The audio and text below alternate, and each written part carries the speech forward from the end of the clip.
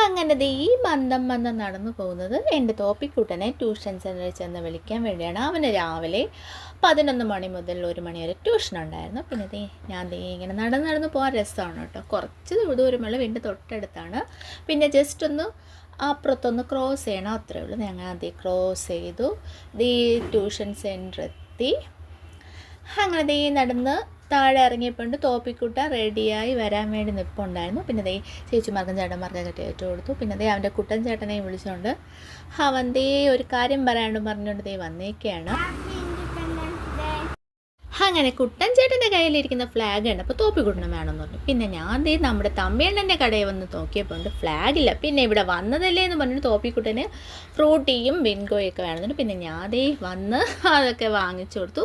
പിന്നെ നമ്മൾ നേരെ നമ്മുടെ സൂപ്പർ മാർക്കറ്റിൽ പോയി അവിടെ പോയപ്പോൾ ഇരിക്കുന്ന ഫ്രണ്ടിൽ തന്നെ ഫ്ലാഗ്. പിന്നെ അങ്ങനെ തോപ്പിക്കും ഫയാനും ഫ്ലാഗ് എടുത്തു. പിന്നെ തോപ്പിക്കുട്ടന് നല്ല സന്തോഷമായി, അങ്ങനത്തെ ഹാപ്പി ആയിട്ട് ആളതേ നടന്ന് ഓടിച്ചാടി നടന്ന് വീട്ടിലോട്ട് പോകുന്നതാണ് കേട്ടോ ഈ കാണുന്നത്. പിന്നെ ഞങ്ങൾ വീടെത്തി വന്ന് ഫയാൻകുട്ടനെ ഓടി വന്നു. ഫയാൻകുട്ടി പിന്നെ ഫയാന് ഉള്ള സാധനങ്ങളൊക്കെ കൊടുത്ത് ഇത്രയേ ഉള്ളൂ. എല്ലാവർക്കും ഹാപ്പി ഇൻഡിപെൻഡൻസ് ഡേ.